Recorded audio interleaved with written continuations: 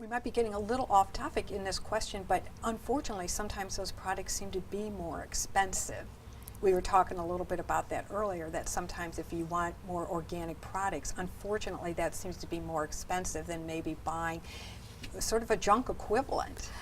Which is why it's great if we can switch from product to service, where again you're not going to pay the full cost of the product, just the utility of it. So it will be yeah, you're going to share a product with others.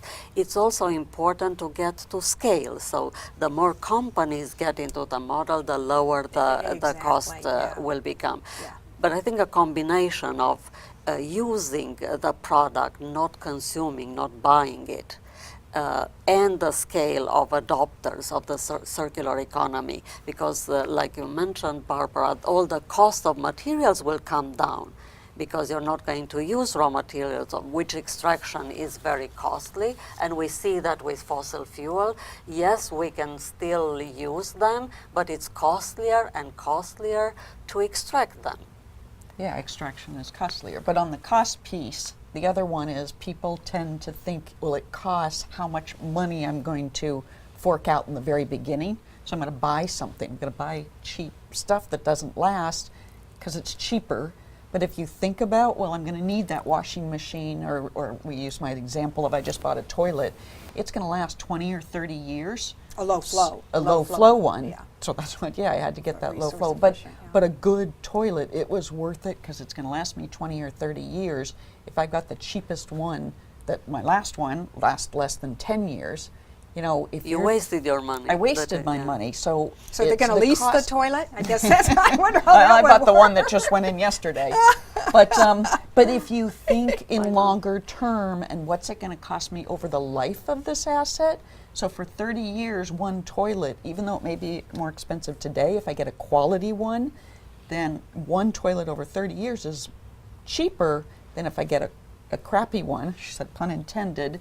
So I get one that only lasts me 5 to 10 years, and then I have to buy, 6 of them over the 30 years.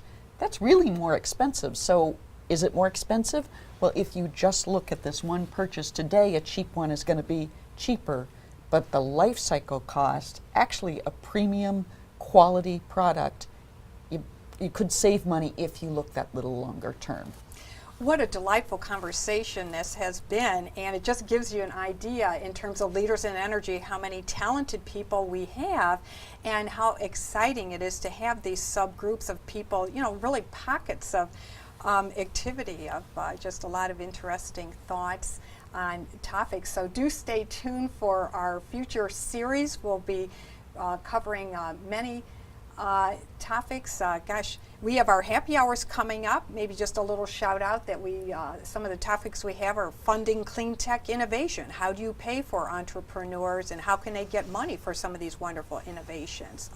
Women in energy. How do we make it so that we get a diversity of gender and ethnicity involved in these important issues? And then in March, we'll be doing our sustainability manufacturing workshop.